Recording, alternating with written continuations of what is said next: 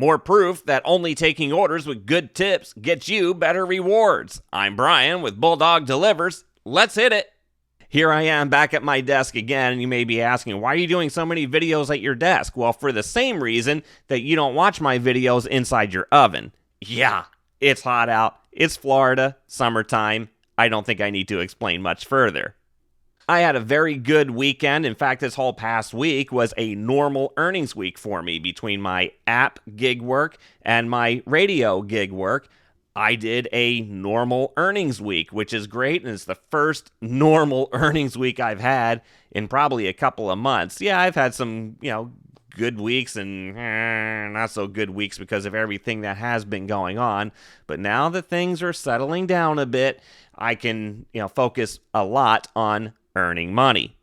And this past Saturday was an exceptionally good day for me. It usually is this time of year. I work the beachfront tourist towns, and I tend to do well. In fact, I rarely boast about my earnings, but I do need to talk about it with you to help encourage you into what is possible.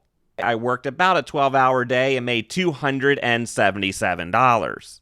And I did that by multi-apping. You've heard me and others talk about it in the past, and if you're new to this channel, welcome. I'm happy to share this with you as well. Multi-apping is very important in diversifying your income to help insulate you from when there is a problem with the app, whether there's a technical glitch, whether you get deactivated because a customer lied about not getting their delivery, or for whatever reasons. It's just good because every day is different, which is one of the beautiful things about gig work. Every day is different. And with that, some apps are going to be better than others. So by multi-apping, it gives you a much better chance at having a big earnings day. Most of my earnings were actually made on 2 apps. I did very well on Uber Eats for the first big part of the day, and then in the afternoon, it became Instacart. And I ended up making about $158 just on Instacart, 3 orders. And that was great. The one order was about half of those earnings. So one order was a $29 payout for 14 items from Fresh Market with about a 5.5 mile delivery. And I knew that I could get to this place without too much trouble, so I was happy to take that order. That was a good deal. And then the customer ended up tipping me $20 in cash on the spot. So I was really happy with that. That was well worth my time. And then I did a third order, which just seemed to be pretty routine, but it was still a good payout. I want to show you again why it's important to only select orders with good tips. Now, for some of you new shoppers and new viewers, you may be asking me what constitutes a good tip. I look at several factors when the order pops up on the screen. I look at distance, I look at dollars, I look at item count. I don't pay as much to the distance as I do the dollars and item count. After I've determined if the dollars and the item amount match up, then I take a look at the distance and whether it's a single, double, or triple order batch. This year, I stopped taking triples altogether after I got a string of bad ratings. I don't think much of those bad ratings were tied directly to having a triple, but I did have troubles with one of those triples that did result in one of the bad ratings, and the other ones are just very mysterious, and I think that just came about after I gave an Instacart agent a bad rating. Because that agent outright lied to me, and I caught them. When I look at the dollars to item ratio, I go for $1 an item or more. And I mean more on the dollar side than the item side. So $35 payout for 30 items, that's great. Let's take a look at the distance. As long as that distance is semi-reasonable, I take it. And when I say semi-reasonable, I'm talking about 10 miles or less. Because I don't think I'm going to be taking an order that goes 14 miles. That's going to put me in a completely different town that I did not intend to be in. So I prefer to stay put, especially when I'm working weekends, because I have my strategies about location. And the reason why I don't take triples anymore, and I'm even hesitant to take doubles sometimes, and that's because Instacart has a very bad reputation at hiding no tippers and low tippers in those triple order batches. And I'm talking low tippers like $2 tips or the 0 tips. And I've had that happen to me twice this year. So no more. I'm done with those. And that was very difficult for me to do this weekend because early on I saw a $45 triple order batch that was for 42 items, I think it was. I think it was 41, 42 items, but it had a 9.1 mile delivery. I knew where it was going because it's all residential areas. So I just was like, nah, I'm not going to take this one. And that order sat on the screen for about 7 to 10 minutes before it finally disappeared. But even nobody else wanted it because we knew that there were just better orders out there. Now, when I first started doing Instacart in 2020, yes, I would have grabbed that order up in a minute. But things are different this year. Gas prices are a heck of a lot higher, and I found that value on my own time. And while I probably still would have made my hourly goal, there were several more reasons why I didn't take that order. Number one, it was the store that it was being shopped in, because those buggies or shopping carts, to some of you, are just not made to handle triple order batches well. I like to put the hand baskets underneath the buggy, but this one's got a bar across the bottom and the back so that you can't slide, that basket in and out. So I'm not doing that, and then I'm not going to drag a second buggy through the store because it's Saturday in a beachfront town. The store's going to be a little crowded. All you're going to do is piss people off, and you're going to slow yourself down. Another factor that I looked at was the dollars that were being paid out. Instacart batch pay was $21, and the customer tip between the three of them was $24. So I suspected that there was a low tipper in there somewhere, and you can't tell who it is.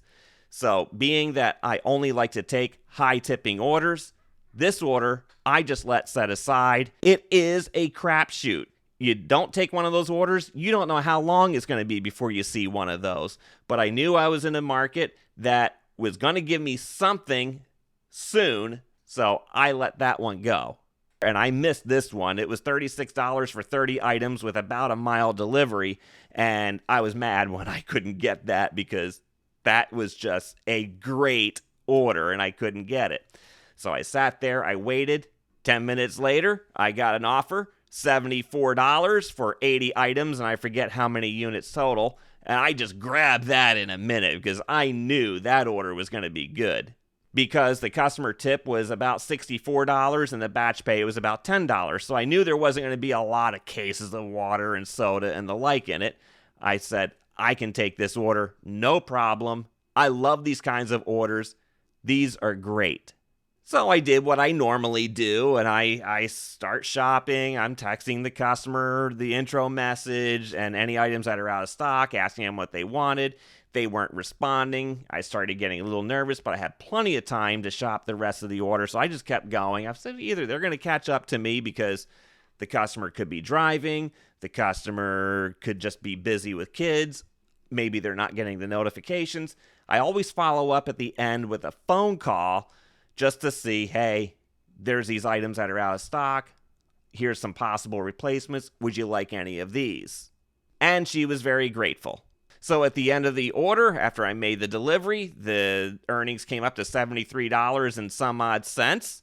And I got notified that there was a comment about it and an increased tip.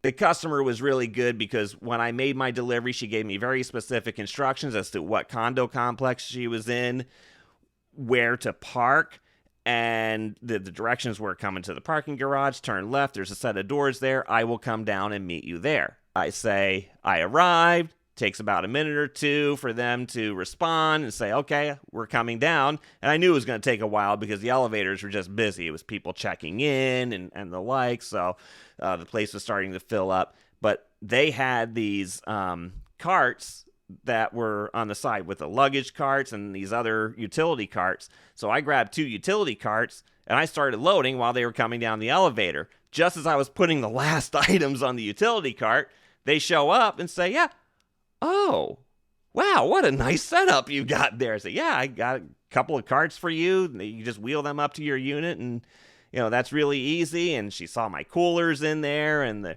she saw that I kept her rotisserie chicken in one of my insulated bags, and she was just really impressed with that setup. And we talked for a couple of minutes there. They were visiting from Chicago, and somebody else is with them from Kansas City. It just had a nice little chat and welcomed them to the area, and hope they enjoy a good week, and good to have them, and it was a pleasure to serve them, and take care. And so then here's what I got at the end of the day. Thank you for all of your effort to get us quality food items, replacements, and keeping in touch. Also incredibly grateful for your patience upon delivery. And then she checked off the boxes for quality items, good replacements, and extra effort. And she increased her tip, and I ended up with a good earnings number of this: $10.43 for the batch pay and $73.33 for the tip. This is what you can do. This is what's capable of being done depending on your market. I know it may be frustrating for some because you may not be as busy right now. Some of you are experiencing a summer slowdown. I'm experiencing my summer boost as I normally get. If you're doing gig work and you're struggling, create these kinds of goals for yourself. Know what kind of work you're capable of. Know the stores that you're willing to shop in. Know the stores that you do shop in so you can get things done quicker. And stick true to your ideals and your goals. Sometimes you have to have a little bit of wiggle room there. You got to be a little nimble. You got to be on the fly. What time of day is this? Some times of the day are going to be busier than others. The middle of the day is usually the slowest, so that's where you may have to compromise. But when you're talking prime time, mornings and late afternoons, early evenings, you're going to want to stick hard to your own rules. I hope these examples motivate you to do better for yourself, and also to know that if you are doing this kind of thing, you're doing the right thing, but you know that if you're able to pay your bills at the end of the week. And I can tell you this, knock on wood, I have not gotten a bad rating from a high tipping customer. There is just something in their mindset that they really appreciate what you do, which is why I say you should only take high tipping orders, because it's where the customer's mind is. Their appreciation for the service industry, for valuing your time. They know what it's like to work hard, so they understand that, and they pay it on, just like I've been fortunate with on these orders here. Thank you very much for watching. Please like this video and subscribe. Happy to join you to the family and to the Bulldog Fan Club. I'm Brian with Bulldog Delivers. Until next time, go get 'em!